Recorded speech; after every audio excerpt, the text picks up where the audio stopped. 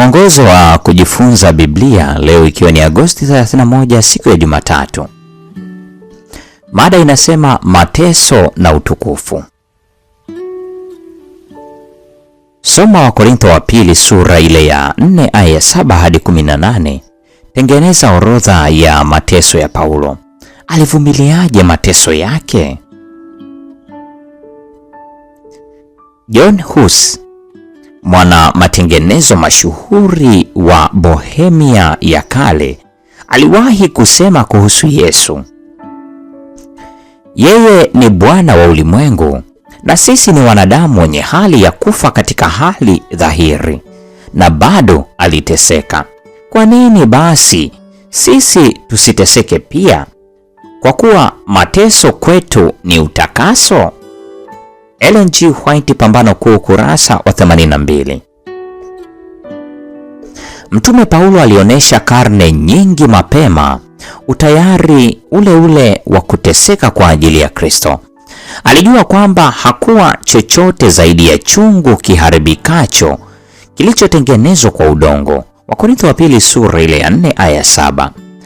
Daima alihisi kuwa katika shinikizo kubwa, kufadhaishwa, kuteswa na kutupwa chini. Hata hivyo, hakusongwa, kukata tamaa, kuachwa au kuangamizwa. Wakorintho wa pili sura ile ya 4 aya 8 na ya 9. Alikuwa tayari kuchukua katika mwili kuuawa kwake Yesu ili uzima wa Yesu udhihirishwe ndani yake. Wakorintho wa pili sura ya 4 aya 10 na 11.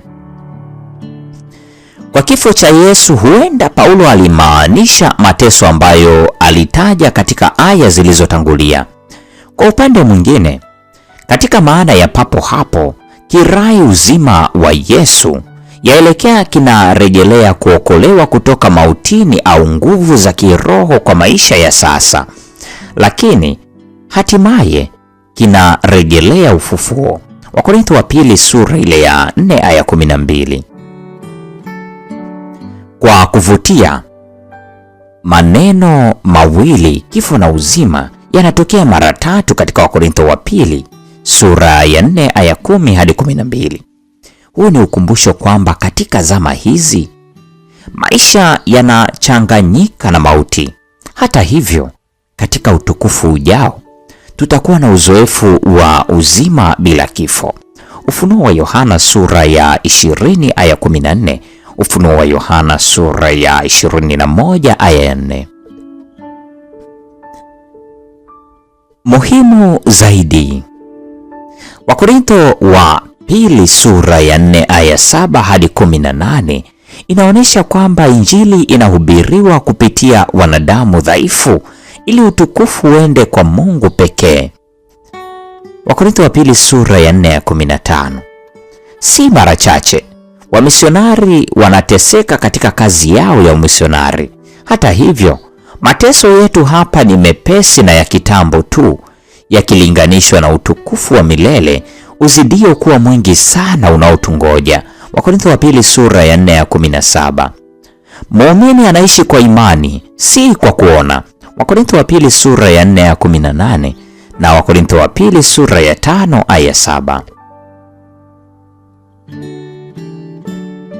Tumaini hili katika maisha ya wakati ujao liliteka fikra za Paulo kiasi kwamba anadumu kulizungumzia katika mtiririko wa kifungu katika Wakorintho wa pili sura ile ya 5 ya kwanza hadi ya 10. Anarejelea mwili wake wa kufa kwa sitiari ya nyumba ya maskani iliyo ya duniani.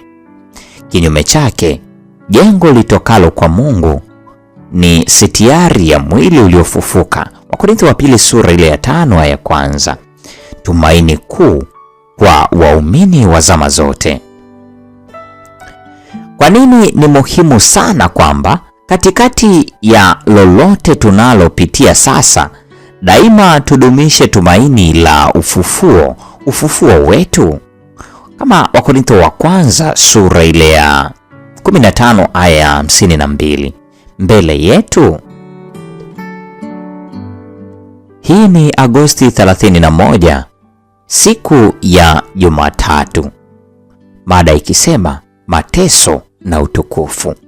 Huo ndio mwisho wa tafakari ya mada hii siku ya leo. Mungu atubariki sote na nikutakie tafakari njema.